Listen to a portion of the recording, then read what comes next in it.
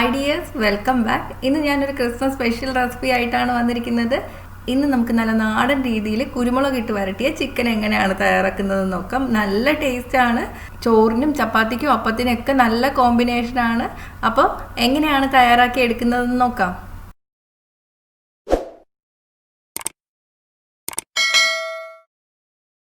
അപ്പോൾ ഇത് തയ്യാറാക്കാൻ വേണ്ടിയിട്ട് ഞാനിവിടെ 1 കിലോ ചിക്കനാണ് എടുത്തു വെച്ചിരിക്കുന്നത്. ചിക്കൻ ചെറിയ കഷ്ണങ്ങളാക്കി മുറിച്ചെടുക്കാം കേട്ടോ. പിന്നെ നമുക്ക് ചിക്കൻ്റെ കാലൊന്നും ചെറുതായിട്ട് മുറിക്കാൻ പറ്റില്ല. അപ്പോൾ ചിക്കൻ്റെ കാലിലൊക്കെ ഇതുപോലൊന്ന് കത്തി കൊണ്ട് വരഞ്ഞു കൊടുക്കുക. അപ്പോൾ മസാലയൊക്കെ അകത്തോട്ട് പിടിച്ചോളും. ഇനി നമുക്കിതിലോട്ട് മസാല പുരട്ടി വയ്ക്കണം. ആദ്യം നമുക്ക് ഇതിലോട്ട് 1.5 ടീസ്പൂൺ കുരുമുളക് പൊടി ചേർത്ത് കൊടുക്കാം.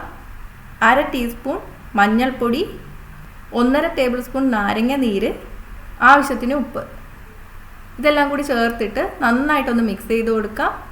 മസാലയൊക്കെ ചിക്കൻ്റെ എല്ലാ ഭാഗത്തും ആയി വരണം. ഇനി ഇത് നമ്മൾ അരമണിക്കൂർ മാറ്റി വെക്കണം കേട്ടോ. അരമണിക്കൂറെങ്കിലും വെച്ചാലേ മസാലയൊക്കെ അകത്തോട്ട് നന്നായിട്ട് പിടിച്ചു വരുള്ളൂ. അപ്പോൾ അരമണിക്കൂർ കഴിഞ്ഞിട്ടുണ്ട്. ഇനി നമുക്ക് റോസ്റ്റ് തയ്യാറാക്കി എടുക്കാം. അതിന് വേണ്ടിയിട്ട് ഒരു ചൂട് കട്ടിയുള്ള പാത്രം വെച്ചിട്ടുണ്ട്. ഇതിലോട്ട് 3 ടേബിൾ സ്പൂൺ വെളിച്ചെണ്ണ ഒഴിച്ചു കൊടുക്കുക. നമ്മുടെ നാടൻ കറികളൊക്കെ വെളിച്ചെണ്ണയിൽ തന്നെ ഉണ്ടാക്കിയെടുക്കണം, അപ്പോഴാണ് ടേസ്റ്റ്. തീ മീഡിയത്തിലാണ് വെച്ചിരിക്കുന്നത്. ഇനി നമുക്ക് കുറച്ച് തേങ്ങാക്കൊത്ത് വറുത്തെടുക്കാം. ഞാനിപ്പോൾ ഒരു 2 ടേബിൾ സ്പൂൺ തേങ്ങാക്കൊത്ത് എടുത്തിട്ടുണ്ട്. തേങ്ങാക്കൊത്ത് ഒട്ടും ഇഷ്ടമില്ലാത്തവർക്ക് തേങ്ങാക്കൊത്ത് വേണമെങ്കിൽ ഒഴിവാക്കാം, അല്ലെങ്കിൽ കുറച്ച് തേങ്ങാക്കൊത്ത് ചേർക്കാം. കൂടുതൽ ഇഷ്ടമുള്ളവർക്ക് ഒരു 1/4 കപ്പ് തേങ്ങാക്കൊത്തൊക്കെ ചേർക്കാം കേട്ടോ. ഇനി തേങ്ങാക്കൊത്തിൻ്റെ നിറമാറി വരുന്നവരെ വറുത്തെടുക്കാം. അധികം കരിഞ്ഞു പോവരുത്.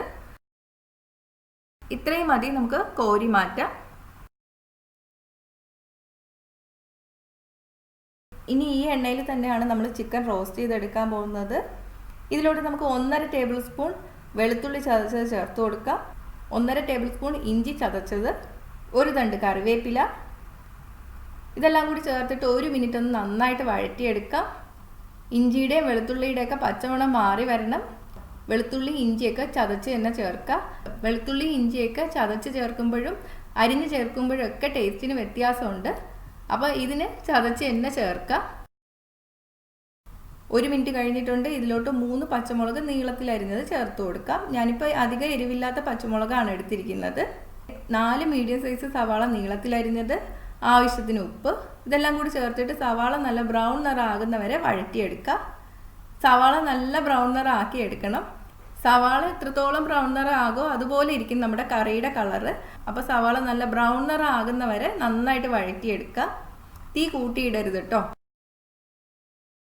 അപ്പോൾ ഇതാ സവാള നല്ല ബ്രൗൺ നിറമായി വന്നിട്ടുണ്ട്. ഇതിലോട്ട് 1 തണ്ട് കറിവേപ്പിലയും കൂടി ചേർത്ത് കൊടുക്കാം. കറിവേപ്പില എത്രത്തോളം ചേർക്കുന്നോ അത്രത്തോളം ടേസ്റ്റ് കൂടും. ഇനി ഇതിലോട്ട് നമ്മൾ മസാല പുരട്ടി വെച്ചിരിക്കുന്ന ചിക്കൻ ചേർത്ത് കൊടുക്കാം. ഒന്ന് ഇളക്കി കൊടുക്കാം. ഇനി ഇത് നമ്മൾ അടച്ചു വെച്ച് വേവിക്കണം. ഇതിലോട്ട് നമ്മൾ വേറെ വെള്ളം ഒന്നും ചേർക്കരുത്. തീ മീഡിയത്തിലാണ് ഇട്ടിരിക്കുന്നത്. കുറച്ച് നേരം കഴിയുമ്പോഴേക്ക് ചിക്കനിൽ നിന്ന് തന്നെ വെള്ളം ഇറങ്ങി വരും. ആ വെള്ളം കൊണ്ടാണ് ചിക്കൻ വേവിച്ചെടുക്കുന്നത്. അപ്പോൾ നമ്മൾ വേറെ വെള്ളമൊന്നും ചേർത്ത് കൊടുക്കണ്ട. ഇടയ്ക്കിടയ്ക്ക് തുറന്നിട്ടൊന്ന് ഇളക്കി കൊടുക്കാം കേട്ടോ. ഇപ്പോൾ ഒരു 5 മിനിറ്റ് കഴിഞ്ഞിട്ടുണ്ട്. ചിക്കനിൽ നിന്ന് വെള്ളം ഇറങ്ങി തുടങ്ങിയിട്ടുണ്ട്. ഒന്ന് ഇളക്കി കൊടുക്കുക. എന്നിട്ട് പിന്നെ അടച്ചു വെച്ച് വേവിക്കുക. ഇതുപോലെ നമ്മൾ അരമണിക്കൂർ വേവിച്ചെടുക്കണം. ഇടയ്ക്കിടയ്ക്ക് ഇളക്കി കൊടുക്കാൻ മറക്കരുത്.